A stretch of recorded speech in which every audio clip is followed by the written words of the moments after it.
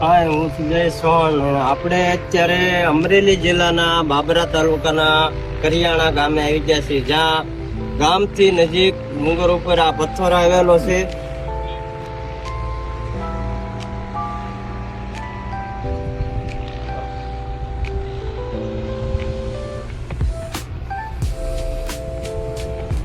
અને આ પથ્થરમાં અદ્ભુત ચમત્કાર છે કે કહેવાય ને કે સ્વામિનારાયણ ભગવાન જ્યારે આ ગામમાં આવ્યા ત્યારે આ પથ્થર ઉપર તેમણે હાથ મૂક્યો અને પથ્થરમાં ઝાલર જેવો અવાજ આવવા માંડ્યો હતો.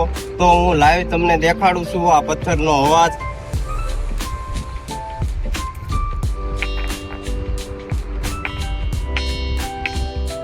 તો આ પથ્થરમાં અવાજ આવશે અને આપણે આ પથ્થરમાં પણ દેખાડ્યું તમને.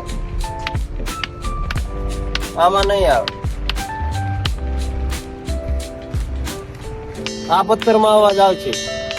તો આ પથ્થર વિશે આપણે આગળ ઘણું બધું કહેવાનું છે અને આપણી આઈડીને લાઈક, ફોલો અને સબસ્ક્રાઇબ કરી લેજો. તો આનો ઇતિહાસ હજી આપણે આગળ કહેશું.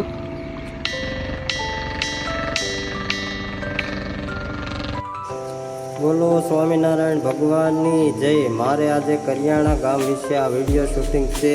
જેમાં કરિયાણા ગામમાં ભગવાન સ્વામિનારાયણ આવીને જે લીલાઓ કરી છે એનું વર્ણન કેવું છે. જ્યારે ભગવાને કાળુ મકવાણાના ઘેર પધરામણી કરીને બેઠા હતા ત્યારે એ સમયે જીવન ધાંધલે ભગવાનના ભક્ત હતા. ત્યારે એક સરસ મજાની વાંસળી વગાડીને ભગવાનને રાજી કર્યા.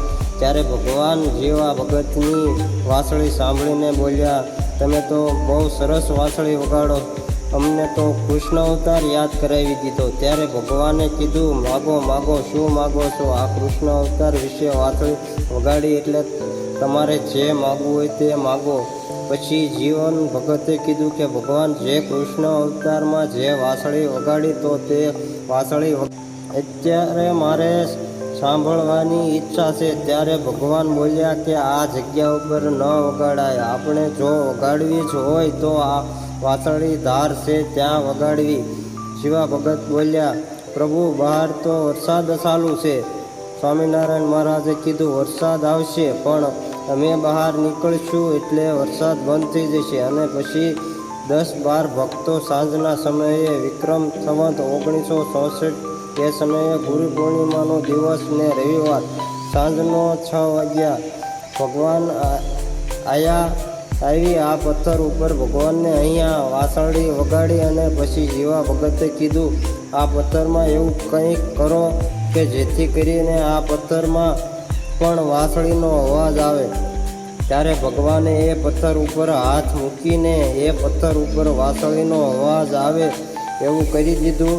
તો આ હતો ભગવાન સ્વામિનારાયણનો ઇતિહાસ. ને આવા વિડીયો જોવા માટે અમારી ચેનલને સબસ્ક્રાઈબ કરો.